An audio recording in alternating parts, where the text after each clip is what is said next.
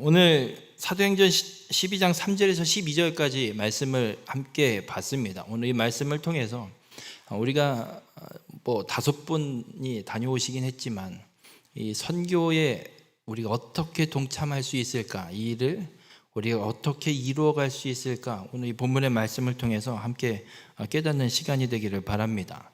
이번 선교에서는 짧은 일정이었습니다.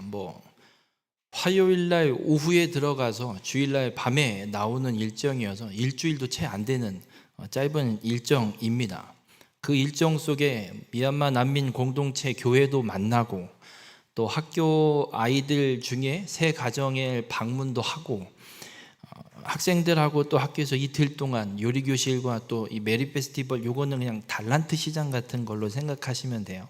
이런 시간들을 함께 보내고 돌아오게 됐는데 한 가지 의문이 들죠. 이게 얼마나 영향력이 있을까? 그죠?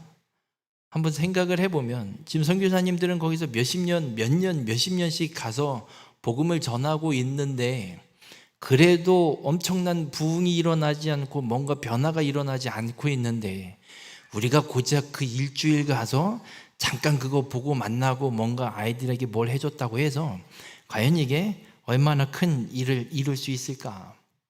네, 아무 변화 없습니다. 뭔가 엄청난 드라마틱한 사건이 일어나지도 않습니다. 그런데 한 가지 분명한 건 복음의 작은 씨앗이지만 복음의 씨앗은 분명히 심겨지고 그 일을 하나님이 이루어 가셔서 분명 열매를 맺으실 거라는 겁니다. 그렇다면 우리가 할 수 있는 건 무엇일까입니다. 단기 선교를 일주일 동안 6일 동안 갔다 왔지만 그게 큰 영향력을 끼치지도 못하는 것 같은데 그러면 우리가 할 수 있는 게 무엇이 있을까? 차라리 선교사님들처럼 여기 있는 거 다 집어 던지고 말레이시아가 됐든 어디 동남아가 됐든 중앙아시아가 됐든 어느 나라가 됐든 하나님이 가라는 곳이 있어서 내가 그냥 발벗고 나가서 복음을 전할 수 있다 그러면 가서 하면 되겠는데 이 나이에 어디를 갈 수는 있을까? 그러면 우리가 할 수 있는 것이 무엇일까? 여러분, 우리가 한 가지 분명히 기억해야 될 게 있습니다. 하나님께서 이루시길 원하시는 게 무엇이냐라는 겁니다. 하나님은 창세기 3장 15절에 분명히 말씀하셨습니다. 죄 문제를 해결할 메시아를 이 땅에 보내실 것을 분명히 약속하셨고 그 메시아를 이 땅에 보내는 통로로 하나님의 아브라함을 부르셔서 아브라함에게 어떤 약속을 하시냐면 창세기 12장 3절에 땅의 모든 족속이 너로 말미암아 복을 얻을 것이라 라고 약속하십니다. 아브라함 때문에 땅의 모든 족속이 복을 얻는 게 아니라 아브라함의 혈통을 통해 보내는 메시아 때문에 땅의 모든 족속이 복을 얻게 될 것, 구원의 복을 얻게 될 것을 하나님이 약속한 겁니다. 이 약속대로 예수 그리스도께서 이 땅에 오셨고 십자가에 죽으시고 부활하셔서 죄의 문제를 해결하시고 하나님이 계획하신 대로 구원을 성취해 내셨습니다. 그리고 나서 예수님이 하늘로 승천하시기 전에 마지막으로 명령하시는 말씀이 무엇이냐면 복음서에도 있지만 사도행전 1장 8절에도 말씀합니다. 오직 성령이 너희에게 임하시면 너희가 권능을 받고 예루살렘과 온 유대와 사마리아와 땅끝까지 이르러 내 증인이 되리라. 하나님이 약속하신 대로 땅의 모든 족속이 복을 얻으려면 그 복을 얻는 통로, 복을 얻는 길이 무엇인지 땅의 모든 족속에게 증거돼야 됩니다. 그래서 예수님이 마지막으로 제자들에게 명령한 것이 뭐냐면 땅끝까지 이르러 내 증인, 복음의 증인, 구원받는 길을 전하는 증인이 돼서 땅의 모든 족속이 복을 얻는 구원받게 하는 일을 이루도록 예수님이 명령하고 하늘 보좌로 올라가셨습니다. 그래서 지금은 이 땅의 모든 족속이 복을 얻도록 땅끝까지 복음이 증거되고 있는 시대입니다. 그래서 선교사님들이 저렇게 여러 나라 복음이 들어가지 않은 오지가 됐든 어느 곳이 됐든 가서 지금 복음을 전하고 있는 겁니다. 우리가 이 일에 우리도 동일한 부르심과 사명을 부여받았음을 믿으시길 바랍니다. 그래서 우리 모든 성도님들이 하나님이 계획하신 이 일을 온전히 이루는 일에, 땅끝까지 복음이 증거되는 일에 동역하고 쓰임받는 우리 모든 성도님들이 되시길 주님의 이름으로 축원합니다. 그러면 이 일을 위해서 우리가 갈 수는, 지금 뭐 다른 나라를 내가 나갈 수는 없고 언어도 안 됐는데, 저도 언어가 안 돼서 어딜 가는 게 두렵습니다. 그런데 어디를 갈 수는 없고, 그렇다면 이 선교하는 일에, 땅끝까지 복음이 증거되는 일에 우리가 할 수 있는 일은 무엇일까? 오늘 본문에 분명히 그 말씀을 기록하고 있습니다. 그런데 오늘 이 사도행전 12장의 말씀을 보기에 앞서서 앞에 어떤 사건들이 펼쳐지면서 지금 12장 사건이 일어나는지를 우리가 좀 봐야 될 필요가 있습니다. 여러분, 예수님이 십자가에 죽으시고 부활하셔서 하늘로 승천하신 뒤에 성령이 제자들에게, 사도들에게, 120명의 다락방에서 기도하던 자들에게 임했고, 그리고 복음이 증거되기 시작합니다. 사도행전 1장 8절에 예수님이 명령하신 대로 예루살렘에 복음이 선포되고, 유다 땅에 복음이 선포되고, 그리고 넘어서 어디로 가게 되냐면 8장에 보면, 사도행전 8장에 보면 빌립을 통해서 사마리아의 복음이 전해지기 시작합니다. 예수님이 명령하신 그대로 복음이 점차 증거되기 시작하는 겁니다. 예루살렘, 유대, 사마리아까지 빌립을 통해서 이루어졌고, 이제 유대인을 넘어서 복음이 어디로 가야 되냐면 땅끝까지 가야 됩니다. 사마리아까지 갔습니다. 8장에. 그럼 이제 땅끝까지 복음이 증거되기 위한 작업을 하나님이 9장부터 이루어 가십니다. 9장에는 어떤 일이 일어나냐면, 교회와 그리스도인을 핍박하던 사울이라 하는 청년, 이 청년을 예수님이 가서 만나시고, 너는 내가 택한 이방인의 사도, 가서 복음을 전해라. 그래서 이 사울이 회심하는, 그러니까 사도 바울이 회심하는 사건이 9장에 기록되고 있습니다. 그리고 이방인에게 이제 복음이 증거되어야 되기 때문에, 땅끝까지 복음이 증거되려면 이방인에게 복음이 증거되고 이방인도 구원받는 역사가 이루어질 수 있다는 게 증명이 돼야 됩니다.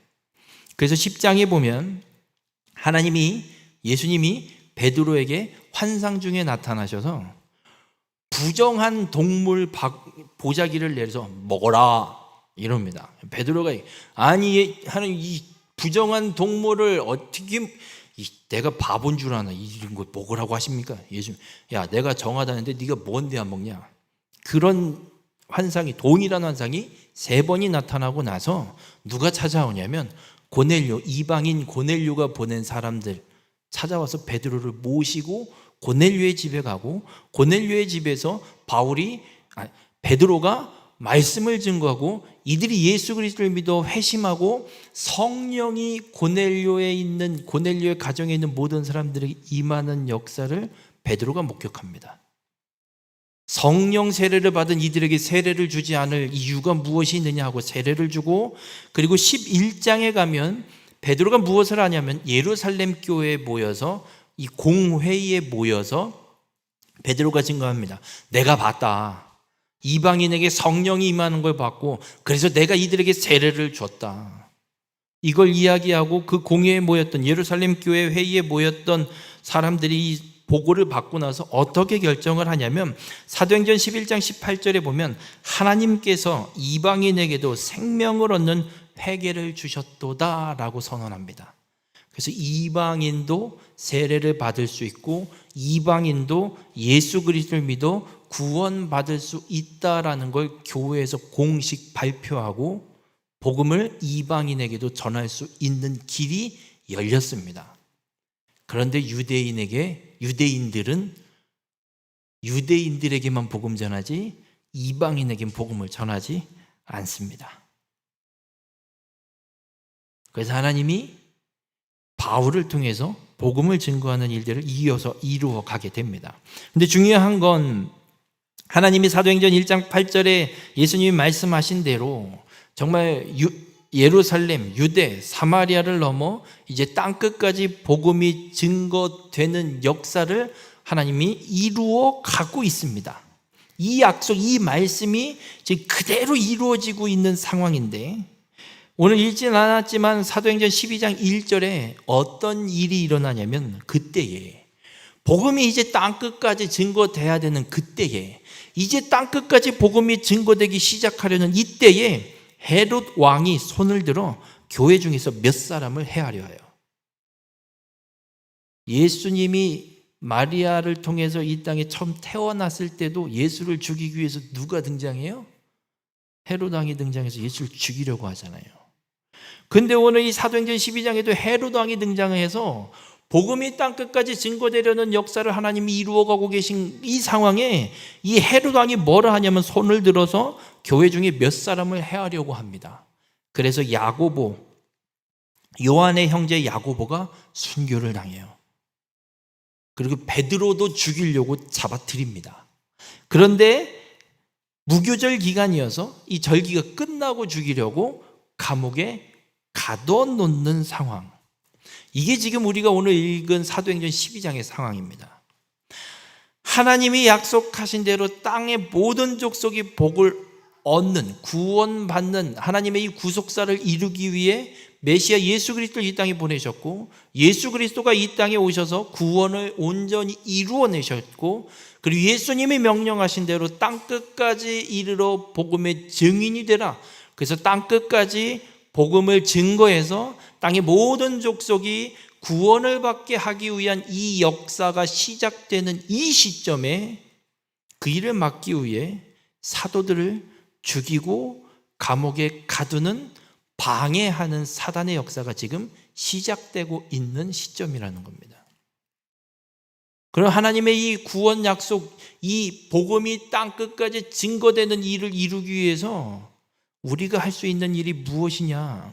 지금 베드로가 감옥에 갇혀 있을 때 교회가 무엇을 했냐면 오늘 본문 5절에 이렇게 기록합니다. 이에 베드로는 옥에 갇혔고 교회는 그를 위하여 간절히 하나님께 기도하더라. 베드로는 감옥에 갇혀서 복음 전도가 막혀버렸습니다.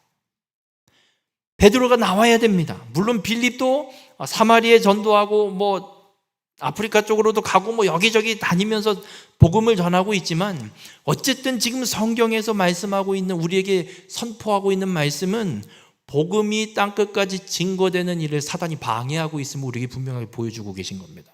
그때 교회가 해야 될 일이 무엇이냐? 하나님께 간절히 기도하는 겁니다. 그를 위하여 복음이 온전히 증거되게 하기 위해서. 지금 우리로 이야기하자면 이 그는 선교사님들을 위해서 교회는 하나님께 간절히 기도해야 한다라는 걸 우리에게 말씀하고 있습니다. 여러분, 지금도 복음이 증거되는 일을 얼마나 많이 방해받고 핍박을 받고 있는 줄 아십니까? 말레이시아가 어떤 나라냐면 무슬림 국가가 아니었습니다. 복음이 먼저 들어왔던 땅입니다. 근데 지금 무슬림이 국교로 지정돼서 무슬림 나라로 완전히 변화되어 있습니다. 그래서 말레이시아인에게 복음을 전하면 불법입니다. 예수 믿으세요라고 말도 못해요. 교회에 나오라는 말도 못해요. 지금 난민들은 뭐냐면 말레이시아인이 아닙니다. 미얀마, 파키스탄, 캄보디아, 인도계, 인도네시아 이쪽에서 이주해온 외국인 노동자들, 그리고 그 내전으로 인해서 핍박, 너무 힘든 고통 속에 있어서 그 나라를 탈출해서 지금 와 있는 외국인들이에요. 말레이시아 입장에서는. 그들을 상대로 난민학교 사역이 지금 진행되고 있는 중입니다. 그래서 이 아이들에게 복음을 전하고 가르치는 건 크게 문제가 안 돼요. 말레이시아에서 굳이 제재하진 않아요. 왜냐하면 난민 문제를 암암리에 해결해 주고 있는 거거든요. 그리고 무슬림 이 사람들은 어떤 입장이 있냐면, 불쌍한 구약의 과부와 고아와 나그네를 어떻게 하라고요? 돌보라고 하셨잖아요. 그 무슬림도 구약 성경을 똑같이 봐요. 그래서 이 난민들이 들어오는 걸 막진 않아요. 다 수용은 해요. 근데 이들을 위한 어떤 정책을 펼치진 않아요. 그냥 방관 수준이래요. 근데 난민학교라고 해서 한국 선교사들이 들어와갖고 난민학교를 하면서 그 아이들을 끌어안아주고 공부도 할 수 없고 그냥 하루 종일 놀 수밖에 없는 이 아이들을 모아다가 가르치고 영어도 가르치고 공부도 시키니까 뭐 고마운 거예요. 그냥 뭐라고 제재하지도 않고 막지도 않고 그냥 내버려 두는 거예요. 근데 문제가 생기거나 뭔가 사건이 터지거나 사고가 터지면 그땐 제재를 가하는 이런 상황이라고 해요. 여러분, 복음이 먼저 들어온 나라도 복음 증거되는 게 막히고 있습니다. 우리나라도 머지 않은 것 같아요. 그런 시대로 지금 계속 흘러가고 있습니다. 그러면 우리가 기도해야 될 것이 무엇이냐? 이 복음 전도가 막히지 않도록 기도해야 됨을 믿으시길 바랍니다. 우리가 선교에 동참할 수 있는 거, 뭐 일주일 갔다 온다고 뭐 얼마나 큰 일이 일어날 것 같으세요? 과거에 선교사님들이, 선교팀들, 단기 선교팀들이 온다고 이렇게 우르르 몰려오면 어떤 일도 있었냐면 와갖고, 죄송해요, 난장판 치고 돌아가고 그거 수습하느라고 선교사님들이 몇 달을 속된 말로 개고생하신 사건들도 어마무시하게 많습니다. 여러분, 우리가 선교사님들을 도울 수 있는 일은요, 그 선교 사역이 막히지 않도록, 복음이 증거되는 게 막히지 않도록 하나님께 간절히 기도하는 것인 줄 믿으시기 바랍니다. 우리 교회가 할 수 있는 최선의 선교는 지금 일선 전방에서, 정말 선교의 전방에서 목숨 걸고 힘을 다해서 복음을 증거하는 이 사역을 감당하고 있는 선교사님들을 위해서, 그 선교사님들이 복음을 증거하는 이 사역이 막히지 않도록, 방해받지 않도록 하나님 형통케 하셔서 복음이 온전히 땅끝까지 증거되는 하나님의 이 약속이 온전히 성취되어서 땅의 모든 족속이 복을 얻는 이 약속이 성취되도록 하나님 역사하여 달라고 간절히 기도하는 것, 이것이 우리가 선교를 동참하는 것인 줄 믿으시길 바랍니다. 왜 기도를 해야 하냐면 마태복음 18장 19절에 이렇게 말씀합니다. 진실로 다시 너희에게 이르노니 너희 중에 두 사람이 땅에서 합심하여 무엇이든지 구하면 하늘에 계신 내 아버지께서 그들을 위하여 이루게 하시리라. 하나님의 말씀이고 하나님의 약속입니다. 땅의 모든 족속, 땅끝까지 복음이 증거돼서 땅의 모든 족속, 모든 사람들이 구원받는 이 일은 하나님의 말씀이고 하나님의 약속이고 하나님이 태초부터 계획하셨던 일입니다. 이 일이 온전히 이루어지게 해달라고 여러분이 합심해서 기도하면 하나님이 듣고 이루시는 줄 믿으시길 바랍니다. 안 하신다? 그럼 하나님이 아닌 게 돼요. 하나님은 하나님이 맞거든요. 이 말은 여러분이 이 약속을 이루기 위해서, 선교를 위해서 간절히 하나님 앞에 기도할 때 하나님의 놀라운 응답의 역사를 목도하게 되는 줄 믿으시길 바랍니다. 오늘 본문에 교회가, 베드로가 감옥에 갇히게 되자 그를 위해서 간절히 하나님께 기도했더니 어떤 일이 일어나냐면, 오늘 본문 7절에 이렇게 기록합니다. 호련히 주의 사자가 나타나매 옥중에 광채가 빛나며 또 베드로의 옆구리를 쳐 깨워 이르되 급히 일어나라 하니 쇠사슬이 그 손에서 벗어지더라. 주의 사자가 감옥으로 베드로를 찾아가는 거예요. 그리고 자고 있는 베드로를 툭툭 깨우는 거예요. 야, 일어나 임마. 옷 입어. 가자. 그러니까 베드로는 무슨 생각을 하냐면 자던 중이었잖아요. 환상, 꿈으로 하나님이 환상을 보여주신 줄 알고 천사가 나타났네. 환상인 줄 알고 하라는 대로 하고 두북두북 쫓아나가는 거예요. 가는데 깨우는데 쇠사슬이 다 풀려서 옷도 다 입고, 감옥이잖아요. 지금 문이 이중 삼중 잠겨 있잖아요. 천사가 가는데 앞에 문이 그냥 스르륵 다 열려버리는 거예요. 뭔 일이지? 베드로가 그냥 환상인 줄 알고 그냥 두벅두벅 쫓아 걸어 나가요. 감옥 완전 바깥으로 나가서 한 블록 정도 지나서 갈 정도까지 가고 나서 주의 사자 천사가 호련히 사라집니다. 그때서 베드로가 정신 차리고 이게 꿈이 아니었네, 생시였네. 그리고 나서 어디로 찾아가냐면 마가라는 요한의 어머니 마리아의 집으로 찾아가요. 여기에 성도들이 모여서 읽고, 보통 이 집에 모여서 같이 기도하고 말씀을 증거하기도 하고 이런 시간들을 가졌던 장소예요. 그래서 베드로가 이곳을 간 거예요. 이곳에 갔더니 어떤 일이 일어났냐? 거기에 모여서 사람들이 기도하고 있는 거예요. 그러니까 교회가 하나님께 간절히 기도했더라. 어디서 기도한 거예요? 지금 여기서 기도하고 있는 거고, 베드로는 주의 사자를 통해서 감옥에서 풀려 나와서 지금 기도하고 있는 그 자리로 간 거예요.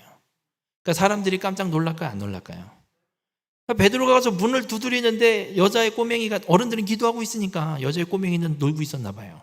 그러니까 문 두드리는 소리가 나니까 문 앞에 간 거예요. 누구세요? 그랬더니 나요, 베드로. 그럼 문을 열어야 되잖아요. 그죠?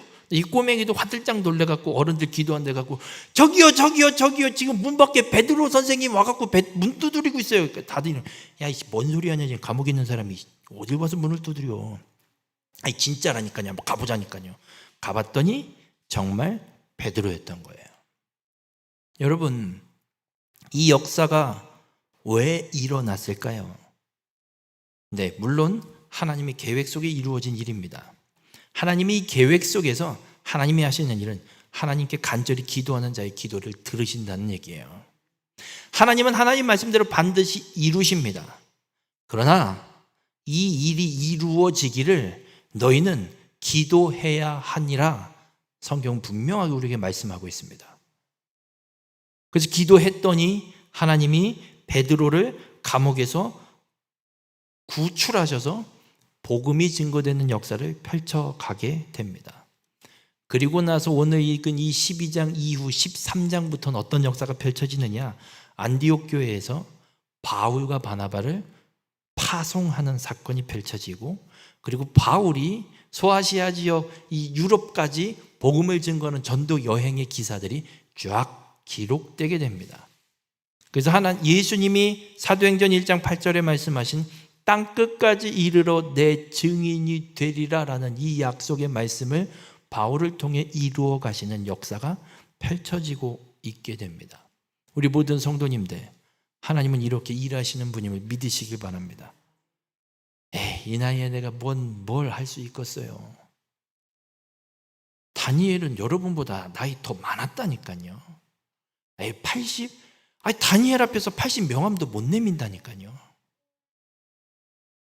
80 중반을 훌쩍 넘긴 다니엘은요 21일 금식 기도했어요. 하나님 약속하신 대로 회복하신다고 약속하셨으니 70년이 다 차오는데 왜 아무런 징조도 안 보입니까? 하나님, 이 약속 말씀하신 대로 바벨론에서 포로 회복 귀환을 시키셔야죠. 하나님, 20일 금식하면서 기도했다니까요. 우리가 할 수 있는 것, 기도하는 것임을 믿으시길 바랍니다. 여러분이 하나님의 말씀을 부여잡고 하나님께 간절히 기도할 때 하나님께서 듣고 응답하신 줄 믿으시길 바랍니다.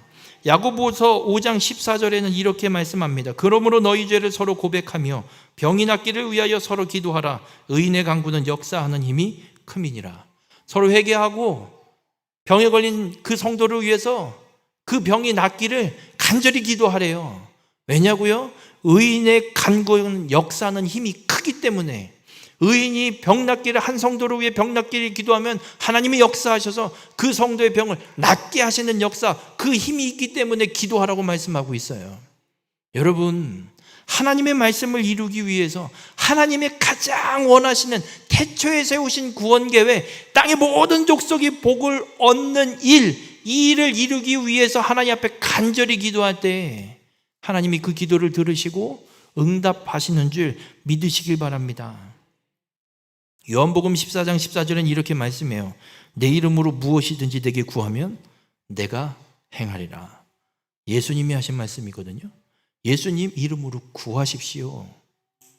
그럼 예수님이 무엇이든 행하십니다. 딴 거 구하는 것도 아니고 하나님이 계획하신 구속사, 태초에 계획하신 이 구원 계획을 이루게 해달라고 하나님 앞에 예수님의 이름으로 간절히 기도하는데 하나님이 안 하신다고요? 아니요. 그럼 하나님이 아니에요. 하나님은 하나님이 맞기 때문에 이 말씀을 믿고 우리가 기도할 때 하나님은 분명히 응답하시는 줄 믿으시길 주님의 이름으로 축원합니다. 여러분, 우리가 기도할 때 그렇습니다. 땅끝까지 복음이 증거되는 역사가 일어나게 됨을 믿으시길 바랍니다. 이 행성 바닥에 이 시골 총구석에서 우리가 기도한다고 뭐 하나님이 뭘 어떻게 하시겠어요? 해보셨어요? 안 해놓고도 뭘 얘기를 해요? 기도하면 하나님 응답하신다니까요. 믿지도 않고 기도도 안 하는데 뭔 일이 일어나요? 아무 일 안 일어나요. 여러분, 여러분이 살고 있는 그 시골, 그 집 구석에서 간절히 하나님 앞에 하나님, 복음이 땅끝까지 증거되는 일 막히지 않도록 선교사님들이 그 복음을 증거하기 위해 수많은 일들을 하고 있고 그 사역들을 이루어가고 계신데 그 사역과 그 일이 방해받지 않도록 하나님 역사하여 주시옵소서. 그래서 땅의 모든 족속이 복을 얻는 하나님의 이 계획과 약속이 온전히 이루어지게 하여 주시옵소서. 믿고 구하면 하나님이 일하신다니까요. 그래서 여러분들이 가정의 그 구석에서 기도할 때 저 타국의 선교사님들이 복음을 전하고 있는 그 지역에 놀라운 하나님의 응답의 역사가 일어나는 기도가 됨을 믿으시길 바랍니다. 우리 모든 성도님들, 오늘 주님은 우리에게 말씀하고 있습니다. 우리의 기도를 통해 온 땅에, 온 열방에 복음이 전파되는 것에 힘이 실어지는 것임을 오늘 분명하게 우리에게 말씀하고 있습니다. 바라기는 우리 모든 성도님들이 속회로 모이든 혼자 개인으로 기도하는 시간을 정해놓고 기도를 하든 아니면 뭐 교회에 나와서 기도를 하든 어떤 시간이 되었든 어떤 곳에 있든 기도하실 때 믿음으로 예수 그리스도의 이름으로 간절히 하나님께 기도하는 자가 되시기 바랍니다. 이것이 우리가 할 수 있는 선교입니다. 이것이 우리가 할 수 있는 선교에 동역하는 일입니다. 바라기는 우리 성남교회와 우리 모든 성도님들이 그렇게 땅끝까지 복음이 증거되는 일에 쓰임받는 귀한 축복의 삶이 되시길 바랍니다. 하나님께서는 그 일을 반드시 이루어 가십니다. 우리가 안 해도 하나님은 이루십니다. 바라기는 하나님이 이루어 가시는 일에 여러분이 쓰임받는 축복의 삶이 되길 주님의 이름으로 간절히 부탁을 드립니다. 그래서 우리 모든 성도님들이 그렇게 하나님의 구속 계획, 구원을 성취하는 일에 온전히 쓰임받는 귀한 축복의 삶이 되시길 주님의 이름으로 축원합니다. 기도하시겠습니다. 사랑의 하나님, 오늘 말씀을 통해 우리를 복음 전파의 사명자로 부르심을 깨닫게 하시니 감사를 드립니다. 베드로가 옥에 갇혔을 때 교회는 간절히 기도했고 하나님이 천사를 보내 응답하셔서 베드로가 풀려나 복음 전파의 사명을 감당하게 되었음을 오늘 말씀을 통해 깨닫습니다. 우리도 바로 이 기도의 자리에 부르심을 받았음을 깨닫게 하여 주시옵소서. 말레이시아 단기 선교의 모든 여정을 하나님이 인도하셨습니다. 우리가 행한 일, 작은 일입니다. 이 일주일로 선교가 끝나는 것이 아니라 시작임을 기억하게 하여 주시옵소서. 선교, 이 복음 전파를 위해 간절히 기도하는 자가 되게 하여 주시옵소서. 우리의 이 작은 기도가 온 열방에다 복음이 땅끝까지 증거되는 역사에 힘을 더하는 줄 믿습니다. 속회로 모일 때, 홀로 있을 때 언제나 예수 그리스도의 이름으로 부르짖는 우리의 기도를 들으시고 응답해 주셔서 선교사님들의 복음 전파의 사역이 방해받지 않도록 주님 지키시고 보호하여 주시옵소서. 그래서 우리 교회가 하나님의 구속사를 성취하는 일에 쓰임받는 귀한 축복의 공동체가 될 수 있도록 주님 함께하여 주시옵소서. 이 모든 말씀 예수님의 이름으로 기도드렸습니다. 아멘.